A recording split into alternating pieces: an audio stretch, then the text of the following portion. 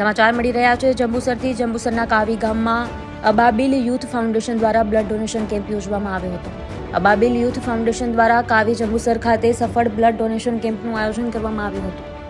જરૂરિયાતમંદ દર્દીઓને તાત્કાલિક બ્લડ મળી શકે એ હેતુથી અબાબિલ યુથ ફાઉન્ડેશન અવારનવાર અલગ અલગ વિસ્તારમાં બ્લડ ડોનેશનનું આયોજન કરે છે, જેના વિશેષ ભાગરૂપે આજરોજ તારીખ 15 ડિસેમ્બર 2024 રવિવારના રોજ અંજુમન ટ્રસ્ટ કાવીના સહયોગથી અંજુમન હોસ્પિટલ ખાતે વિશાળ બ્લડ ડોનેશન કેમ્પનું આયોજન કરવામાં આવ્યું હતું, જેમાં કાવી ગામના 102 નવયુવાનોએ બ્લડ ડોનેટ કરી બ્લડ ડોનેશન કાર્યક્રમને સફળ બનાવ્યો હતો તથા કેટલાક નવયુવાનો સમયસર ન પહોંચી શકતા નિરાશ થઈ પરત ફર્યા હતા।